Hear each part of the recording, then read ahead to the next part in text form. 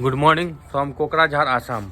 कल रात हम लोग जहाँ रुके थे वो डिस्ट्रिक्ट कोकराझार है और गांव को जहाँ रुके हैं वो नाम है रुस्तमपुर।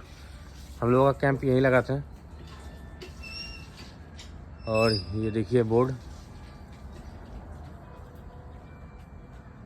अभी हम लोग ऑल इंडिया राइड कर रहे हैं और नॉर्थ ईस्ट के अंडर आसाम में है। तो आगे की वीडियो जैसा भी हो हम लोग आपके साथ शेयर करते रहेंगे। और बाकी भाई लोग देख रहे हैं पूरा नेचुरल वातावरण यहाँ का।